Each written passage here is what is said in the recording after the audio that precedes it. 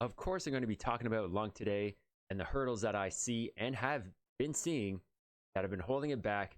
But I did want to say that it's been one hell of a week from this and Gamers Nexus taking a smack at Honest Media Group. Justified or not, it happened.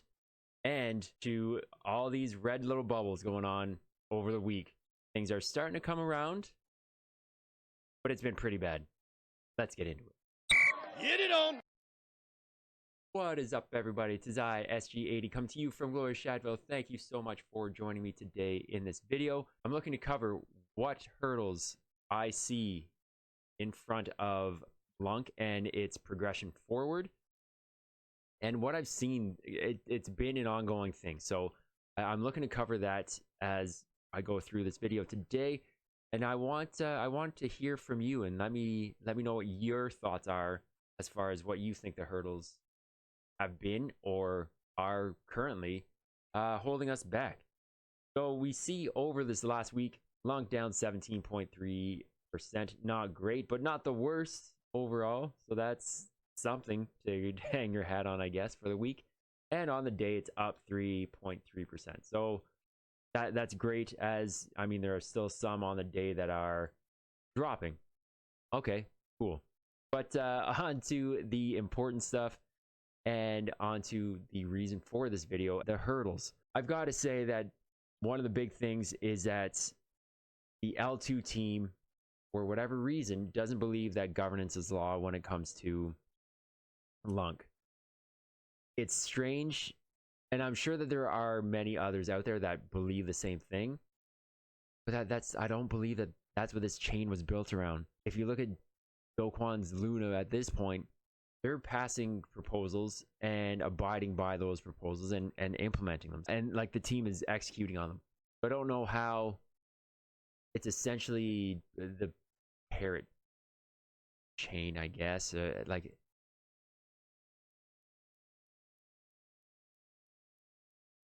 I don't know how Luna is abiding by like the same principle. Like the same principles should be the same across both Luna and lunc. So why does one do it and the other says that it's not law? Anyway, it's just very strange.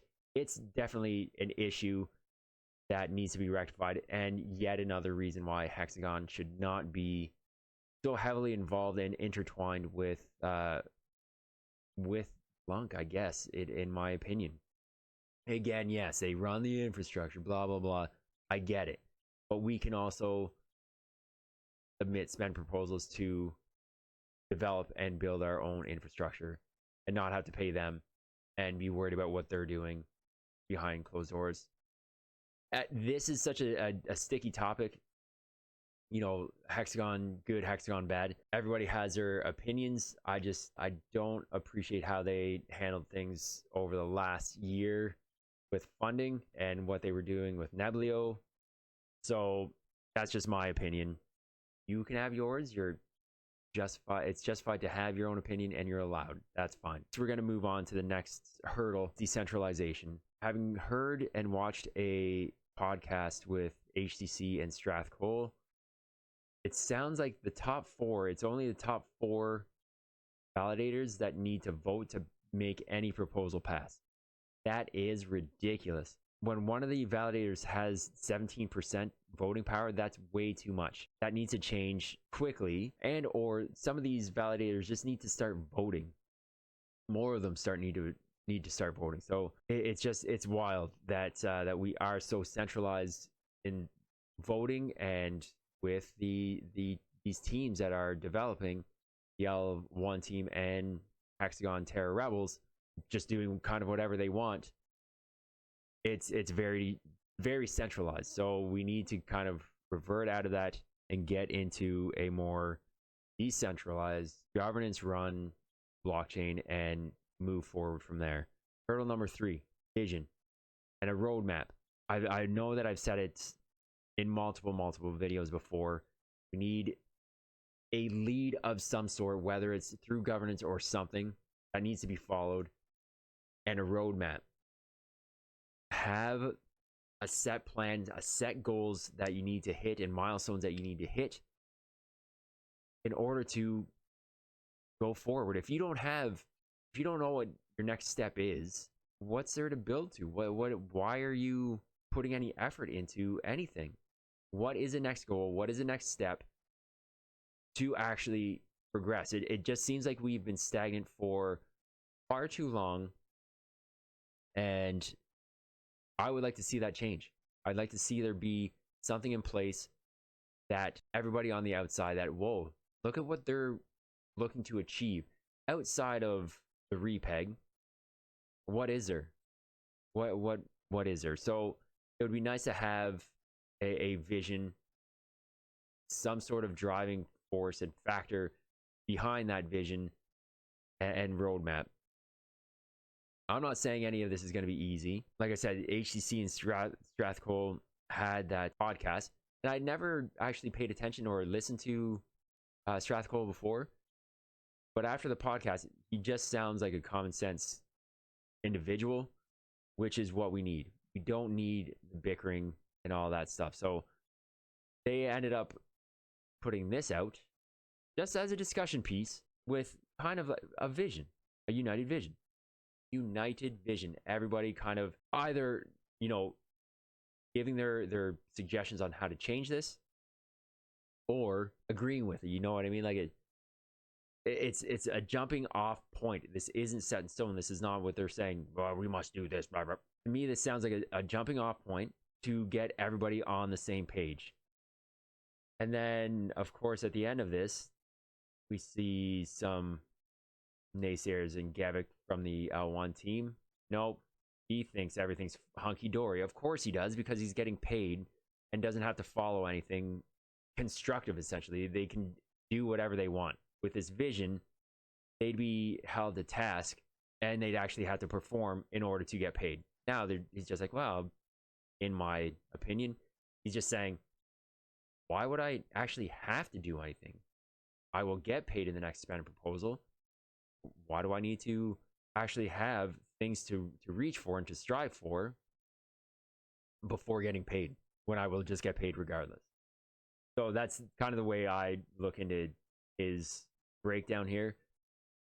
But the hurdle that I see is with, of course, the rabbi here, and just dumping all over it. And it comes down to egos. Egos are playing a huge role in keeping this chain from progressing, in my opinion. I think that is the biggest issue, and this just kind of goes to prove that point, as opposed to expanding on it. If he's so knowledgeable, if he's got such a great vision for how this should go moving forward, add it to what they're saying. Don't just tear down what they've said. That doesn't do anything.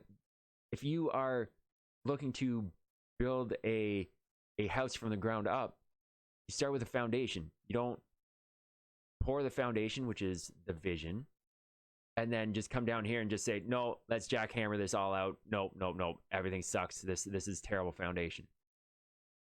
Well, you've got to start with the foundation and then build around it. Is he just looking to keep lunc where it is and drain it till it's actually done? Maybe. But egos, whether it's from him, whether it's from HCC, egos will get in the way, sure. But if lunc gets to a place of growth, stabilized growth, and gains momentum, are your egos really going to play into that? Just be happy that it is going in the direction that everybody wants it to go, unless you don't. So I don't know, folks. This has been a bit of a disjointed video. I don't know if you can tell, but I am quite tired. So hopefully the editing will do its job today and put makeup on a pig. And yeah, let me know what you think. Those are the few things that I see holding the chain back. Again, the biggest one being bloody egos. Just get over it, work together. And I get that, HCC has issues with Hexagon Terra Rebels because of what they had done in the past. So That's, is there ego there? Perhaps because I believe he was part of the Terra Rebels team for a bit, so that could play into why he is a little bit upset with them. However, some of their actions led and lend themselves to being criticized and to have such a pushback to whatever you're doing. So I don't know. Let me know, folks, if you like this sort of content. Hopefully this is, you know, a bit of an outlier as far as some of the stuff that I've done recently. But yeah, let me know if you do like this stuff. Leave a comment in the comment section. Hit that like and subscribe button. It will make me feel better. And at 250 subs here, I will be having a giveaway. So stay tuned for that, as I do inch closer every day, every week. So yeah, stay tuned. I stream on Twitch Monday and YouTube Monday, Wednesday, Thursday evenings at about 7 p.m. Eastern, Saturday mornings between 8 and 9 a.m. And you can hit me up on Twitter at JackGamer80. That's it for now. As always, stay healthy, stay safe, a lot of love. I'm out. Peace.